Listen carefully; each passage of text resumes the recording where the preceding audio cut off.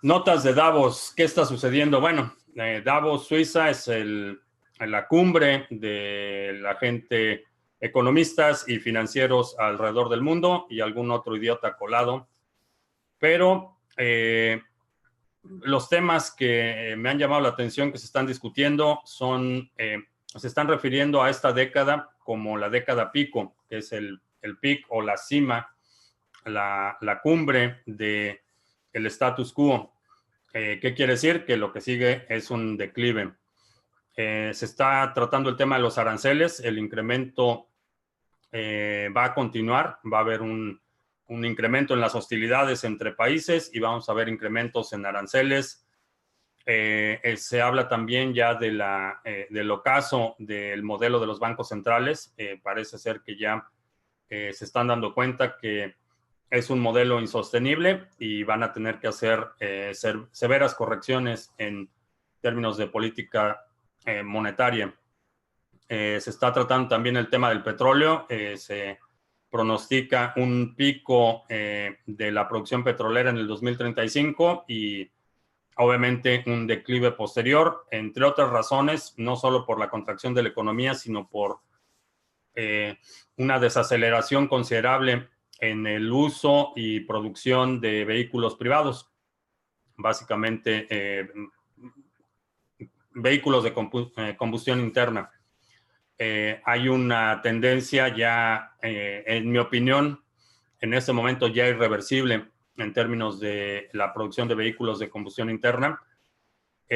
Otro de los temas interesantes y que hemos tratado en varias ocasiones en el canal es el envejecimiento de la población y cada vez va a haber, están entrando algunos países ya en ciclos en los que la población no se va a poder recuperar.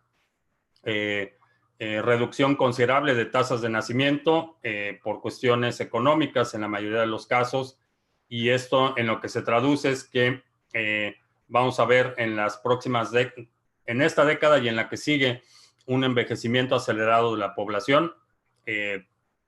Vamos a ver menores contribuciones, menos gente integrándose a la fuerza laboral y obviamente menos contribuciones a los sistemas de seguridad social que ya en la mayoría de los casos están quebrados. Muchos de la propaganda es culpar a los medios o a los sistemas de seguridad social por las finanzas de los gobiernos, pero realmente es un asunto que en la mayoría de los casos, sorpresa, los políticos te están mintiendo porque la seguridad social es algo que tú pagas, es dinero que tú estás pagando. Entonces, cuando te dicen que hay una deuda o que ese es un problema del déficit, el déficit está en que ellos toman ese dinero, se lo gastan y te lo deben a ti. Tú eres el deudor de la seguridad social. No son las compañías, no son externos. Tú eres a ti te deben, perdón, no el deudor, tú eres el acreedor de la seguridad social. El gobierno te debe a ti ese compromiso de seguridad social por el que pagaste mientras estabas trabajando. Entonces, va a haber serios problemas con los sistemas de pensiones y los gobiernos van a hacer lo que siempre hacen y es reducir los beneficios, poner más presión en la gente que va a depender del gobierno para subsistencia. Y eso lleva a un problema serio que va a ser mayor proteccionismo. Vamos a ver mucho más esta desviación o vamos a ver a muchos países virar mucho más hacia el modelo socialista porque no va a haber no va a haber forma de sostener ni la parte de las pensiones ni la parte del comercio exterior. Entonces todo indica que prácticamente el mundo va a ser Venezuela. Obviamente no al grado de Venezuela, pero vamos a ver un retroceso global hacia los modelos socialistas y un declive severo del capitalismo en el mundo. Y creo que vamos a ver tres ejes consolidados, que va a ser el eje norteamericano, México, Estados Unidos y Canadá, China y Asia-Pacífico y la Unión Europea. En el caso de Rusia, lo que veo es una mucho más aislamiento por parte de Rusia. No tiene un aliado o una zona de influencia tan eh, consolidada como el caso de México, Estados Unidos, Canadá, China y su esfera de influencia Asia-Pacífico. Y geográficamente Rusia está aislado del resto de Europa. Entonces creo que vamos a ver más aislamiento en Rusia y esos tres ejes creo que son los temas que vamos a ver en el futuro. Todo nos indica que la recesión, como lo hemos estado hablando ya desde hace varios meses, es un asunto inminente, es inevitable. Ayer alguien del Fondo Monetario Internacional ya habló de una depresión, ya ni siquiera una recesión, y ya cuando el Fondo Monetario Internacional habla en esos términos, quiere decir que ya estamos inmersos y va a ser en retrospectiva, a lo mejor dentro de 10 o 12 meses que nos digan, ya estamos en una recesión, pero creo que ya estamos en este momento, a pesar de los discursos de la prosperidad económica y que en muchos sentidos sí, vivimos en una época con muchas contradicciones. Tenemos, por un lado, hambre en muchas partes del mundo y en la mayoría de los países industrializados, un entorno en el que la gente activamente está evitando el consumo calórico. El consumo calórico ha sido uno de los principales motores del desarrollo humano a lo largo de la historia, ha sido motivo de guerras. La gente mata por comida, ha matado por comida por miles de años y es uno de los primeros momentos en los que fuera de un solo imperio, porque esto ha sucedido de forma aislada en imperios, en el que el exceso es tal que la gente activamente está evitando el consumo calórico. Es una señal de los tiempos modernos, supongo, pero vamos a ver muchas contradicciones de este tipo, un incremento acelerado en la simetría de los ingresos entre los que menos tienen y los que más tienen, y eso va a ser conducente a que la única forma de mantener cierto grado de orden social sea la redistribución de esa riqueza, ya sea por la propia conveniencia de los poderes económicos, o por miedo o por la fuerza. No veo muchas alternativas, pero creo que en la próxima década vamos a llegar a ese punto en el que va a ser inevitable la redistribución de la riqueza y el crecimiento del socialismo en muchos países. Si estás en cualquier parte del mundo, Bitcoin, bolillos, balas y botica.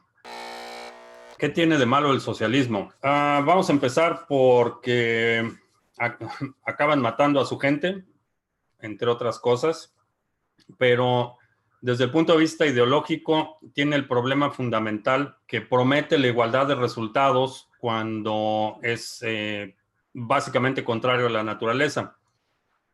No puedes garantizar los resultados, lo que puedes ofrecer, y creo que la verdadera equidad está en la igualdad de oportunidades, no en la igualdad de condiciones.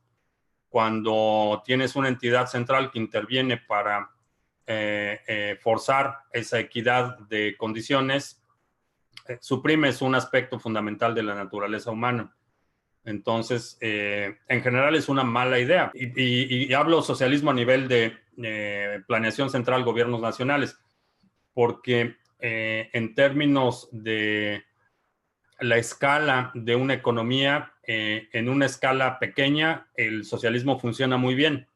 Y lo pondría en estas distintas escalas. En una escala familiar o tribal, en términos de familia extendida, un modelo comunista socialista funciona perfectamente bien y es conducente al bienestar del grupo. En un gobierno local, mientras más nos alejamos de este esquema familiar tribal, menor debe ser la intervención del gobierno. Entonces, el socialismo, comunismo lo dejaría a ese nivel de familia extendida, tribu, grupo íntimo. Un socialismo en gobiernos locales, por ejemplo, funciona muy bien. Cuando ya vas a gobiernos regionales y gobiernos nacionales, la planeación central empieza a operar en detrimento del bienestar de la población. Y es por eso que los gobiernos socialistas terminan repartiendo la pobreza en lugar de distribuir la riqueza como es su promesa fundamental. El socialismo, en términos generales, creo que puede aplicarse a algunos sectores muy específicos de la economía. Por ejemplo, en el sector salud, creo que la cobertura universal es conducente al bienestar general de la población, a diferencia de un esquema como el que tenemos aquí en Estados Unidos, que es totalmente privado y en el que tenemos instancias en las que la gente literalmente se muere por no tener dinero para pagar medicamentos. Creo que en ese sector en particular, en el sector salud, es razonable la, un, algo que se acerca más a la socialización de un bien público. Pero hay muchas instancias en las que, en mi opinión, el gobierno no tiene ninguna razón, justificación o ni siquiera récord de efectividad en términos de, por ejemplo, la generación de empleo. Ese es un sector en el que el gobierno ni siquiera debería intervenir o participar o siquiera opinar. En mi opinión, el rol de un gobierno es mantener el orden social, garantizar las condiciones para la prosperidad económica, no generar la prosperidad económica. Entonces, y una de las cosas que hemos visto con gobiernos socialistas es que puedes votar para participar en el socialismo, pero para sacarlos, eso tiene que ser a balazos. ¿Qué opino de que Local Bitcoins haya bloqueado las cuentas de usuarios de más de 20 países? Local Bitcoins ya desde hace tiempo dejó de ser una buena alternativa para intercambio de Bitcoin. Optaron por meterse al lado de la vigilancia financiera y de proteger su negocio a costa de los usuarios. Entonces, ya Local Bitcoin se convirtió en un exchange en el que todo está vigilado, tienen muchas restricciones. Hace, que me parece, probablemente un año, quizá un poquito menos, anunciaron que ya todos los usuarios iban a tener que hacer KYC. Entonces, ya Local Bitcoins no es lo que solía ser. Por eso he estado mencionando otras alternativas como HODL HODL o como BISC, que son mercados no tienen la custodia o son mucho más descentralizados que Local Bitcoins. Si quieres conocer de qué se trata Bitcoin, qué es Bitcoin, un curso de 10 lecciones, los fundamentos de Bitcoin en 10 lecciones sencillas, entregadas vía correo electrónico. Te puedes registrar, es totalmente gratuito. Simplemente pones aquí tu correo electrónico y empiezas a recibir las 10 lecciones, que es bitcoin.co. Es un recurso gratuito que puedes compartir o utilizarlo si quieres saber más a detalle cómo funciona Bitcoin y qué es. El hard fork de Cardano será con Split o sin él. No es un hard fork contencioso. A lo mejor va a haber un grupo que pretenda continuar la cadena anterior. Generalmente pasa, pero no he escuchado ninguna propuesta formal o algún grupo que consideraría con cierta influencia o un grupo lo suficientemente grande como para sostener una cadena o continuar la cadena original, como sucedió cuando se dio el hard fork de Ethereum, en el que un grupo, en mi opinión, de desarrolladores y usuarios bastante grande, decidió continuar con la cadena original de Ethereum y no revertir las transacciones del hackeo del DAO. Entonces, Ethereum Classic es la cadena original de Ethereum y Ethereum es un hard fork que revirtió esas transacciones del hackeo del DAO. Entonces, no veo ese escenario en este momento. Puede suceder que alguien pretenda continuar con la cadena original y eso de facto crearía una moneda adicional, pero no he visto ningún indicio de que haya esa intención o que un grupo lo suficientemente grande lo vaya a hacer.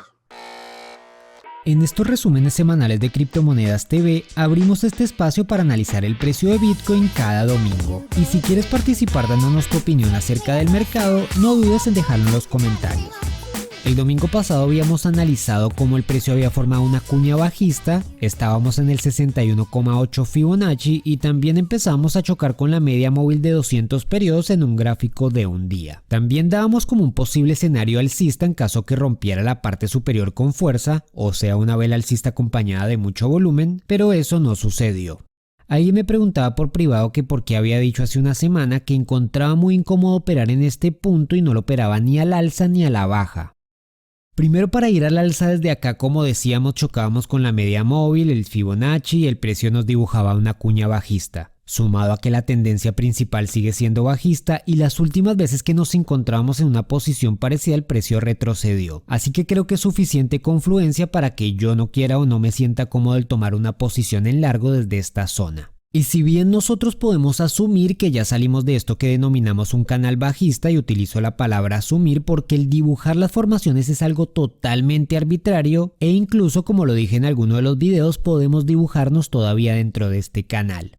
Entonces, cuando yo decido entrar al mercado, decido tomar una posición porque creo que hay más probabilidades que llegue de un punto A a un punto B antes de que llegue del punto A a un punto C. Entonces decido asumir ese riesgo y puedo ganar o perder la operación, así de simple. Para yo determinar si tengo más probabilidades de éxito que de fracaso, lo hago por medio de una estrategia. La estrategia que yo utilizo para hacer trading manual, como ya lo he dicho varias veces en estos videos, es una estrategia contratendencial. Por tanto, cuando sube el precio yo busco operaciones a la baja y cuando baja yo busco operaciones al alza.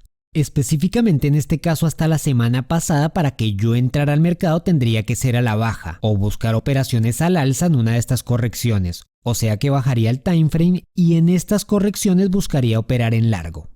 Bien, al alza no voy a entrar porque cuando estamos con tanto equilibrio, o sea que el precio ni sube ni baja, estamos ante un movimiento potencialmente fuerte. Entonces, asumir una posición en largo es asumir que el movimiento potencialmente fuerte va a ser al alza. Pero para que pueda haber un movimiento fuerte de este tipo tenemos que tener una demanda fuerte, o sea un deseo de compra, y es algo que todavía no hemos visto, por tanto las probabilidades de que vaya al alza bajarían considerablemente. Entonces, ¿por qué viendo este escenario no entré tampoco a la baja? Porque mi estrategia requiere un movimiento previo, o sea, requiere que el precio haga un recorrido antes. Es por eso que todas las operaciones que he publicado en Twitter tienen un aspecto bastante parecido y generalmente se dan en los mínimos o en los máximos. Entonces, poner una orden contratendencial cuando estamos en una zona de un movimiento potencialmente fuerte no es para nada conveniente. Caso contrario fue acá en esta vela que intenté entrar a la baja, ya que era un punto ideal para entrar en una temporalidad muy baja en contra de esta pequeña tendencia, porque el precio anteriormente ya me había mostrado debilidad y se daban las condiciones perfectas de mi estrategia.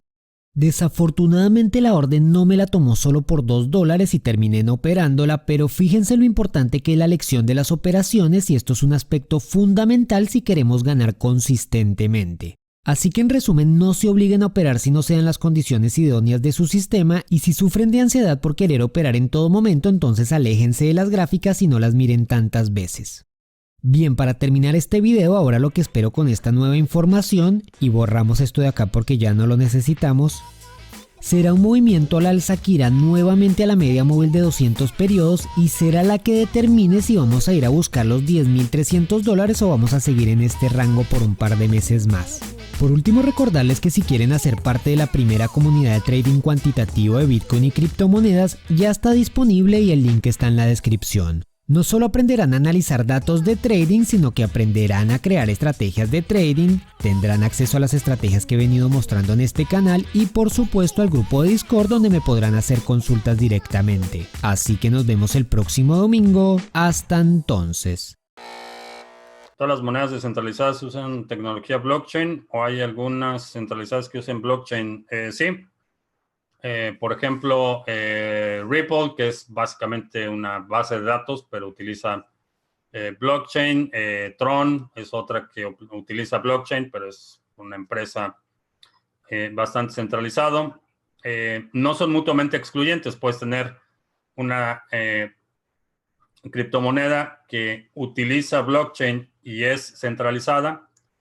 El caso inverso también es cierto, que no utiliza blockchain y es descentralizada. En este caso serían las que utilizan DAG o la gráfica dinámica acíclica o Tangle también se conocen. Pero no son mutuamente excluyentes. Puedes tener blockchains centralizadas, como el ridículo proyecto de Walmart para hacer monitorear o hacer el tracking de las bananas utilizando blockchain. Es absurdo, pero es totalmente centralizado. Te recuerdo que estamos lunes, miércoles y viernes a las 7 de la noche hora del centro, martes y jueves a las 2 de la tarde. Suscríbete al canal. Asegúrate de marcar la campanita. Haces clic en la campanita y ahora te aparecen varias opciones. Selecciona todas las notificaciones para que recibas notificaciones de nuevos videos y de transmisiones en vivo. Por mi parte es todo. Que tengas un buen fin de semana y nos vemos el lunes.